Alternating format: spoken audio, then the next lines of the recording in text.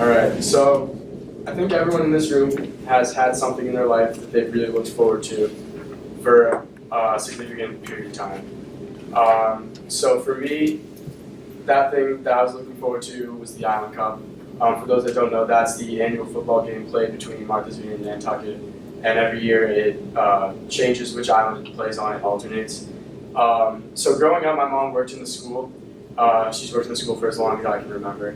And growing up, going into the school year, my mom would have football players as students, and every time that we could, we would go out to the football games on Friday night, and she would go and support the students, and I would just tag along, and I absolutely loved it. I loved everything about it. I loved the tradition, I loved the pride, I loved the fans, I loved the game. It was just something that I really, really liked from a young age. And like growing up, watching guys like Randall Jett, who, for those of you that know, he ended up spending a little bit of time with the Green Bay Packers. Watching guys like them, like growing up to me, they were superheroes. So I always wanted to play football. I know standing here, I don't really strike anyone as a stereotypical football player as far as size goes. And my mom knew that, and really, she wouldn't let me play until really 8th grade was when I was finally allowed to, try it out. And, that took some convincing from a lot of people. My dad, and actually my boss, who was a football coach for the high school at the time, Phil Hughes. And so as soon as I put the pads on, I loved it that much more. It was something that it was something I looked forward to. I looked forward to going to practice at the end of the day. I looked forward to doing all that stuff. I loved the guys I was playing with. And so, yeah, that's basically where I was coming from. And then I played 2 years on JV, played in varsity, and then my senior year I was named captain. And senior year, the senior season didn't necessarily go as any of us really thought it was going to be. And we started out with low numbers to start out with. It was 36 to start out with. And just throughout the season, due to injuries and various circumstances, by the end of the year, we were down to 14 players who could safely compete and play in a varsity game. And due to that fact, our coach, Coach Ken, was forced to forfeit our final 2 games, which include the Island Cup.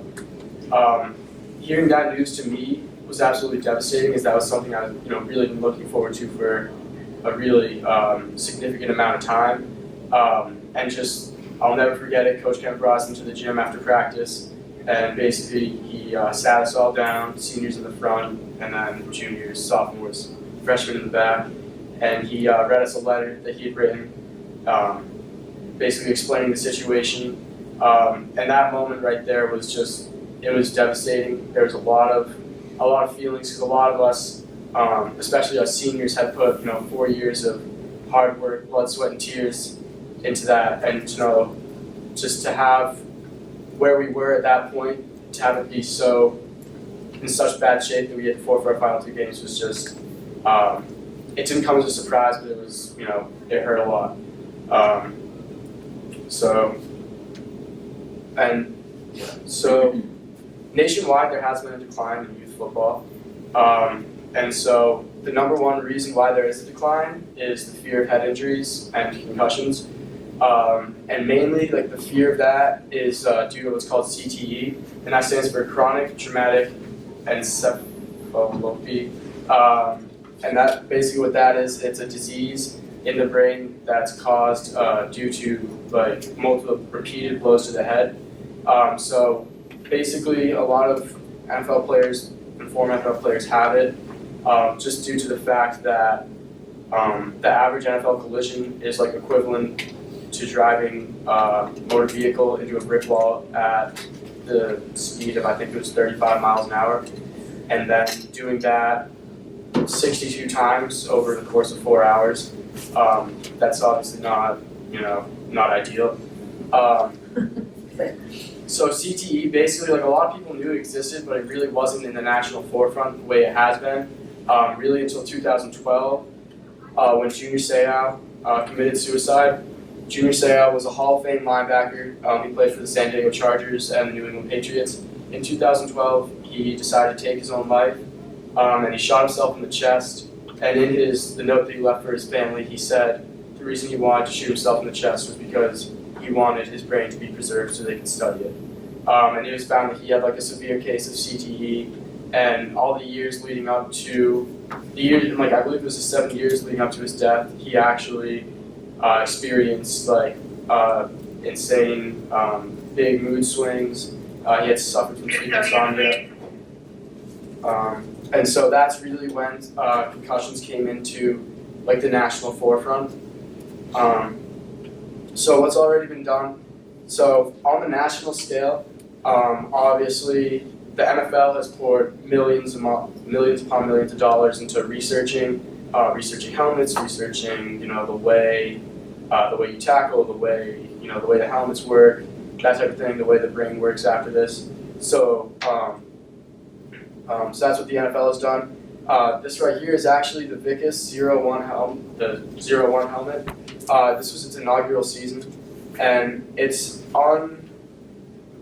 not really the same as a lot of normal helmets in the sense that instead of having a hard outer shell and a soft inner padding that traditional NFL helmets have, it works essentially as like a car bumper, so the outer shell absorbs the blow before it can reach the head.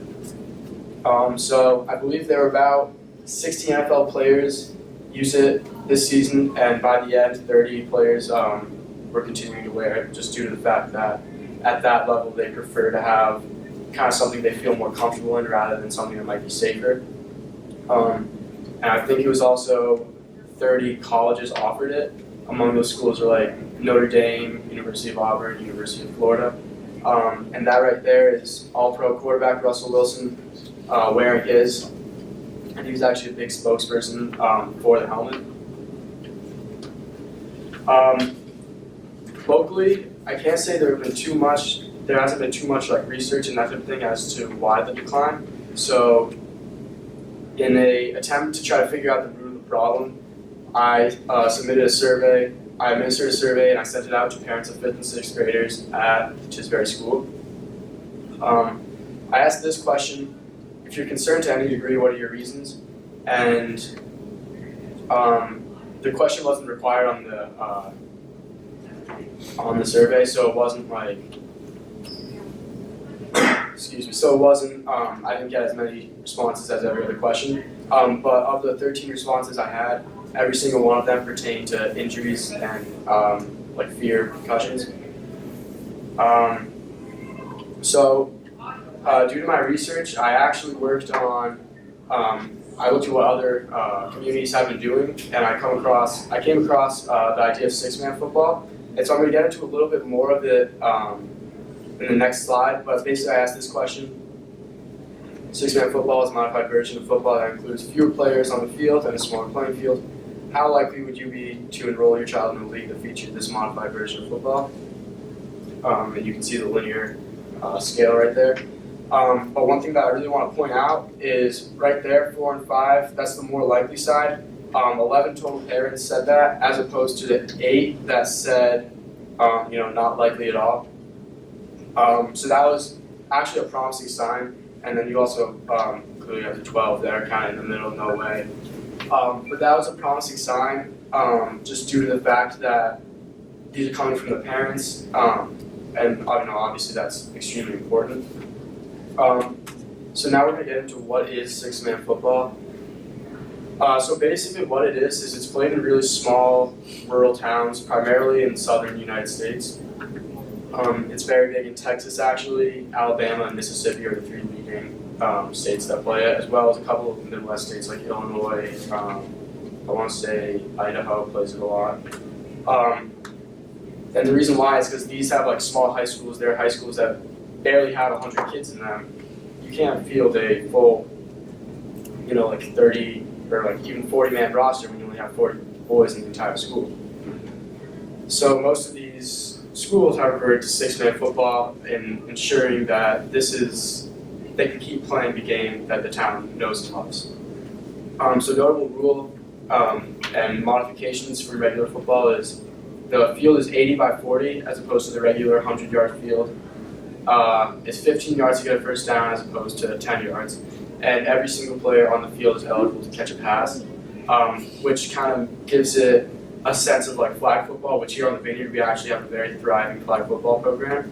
And in a phone call that I had with the head of the flag football, this was back in November, he said that a lot of the kids would continue playing flag football if it was offered through 7th grade.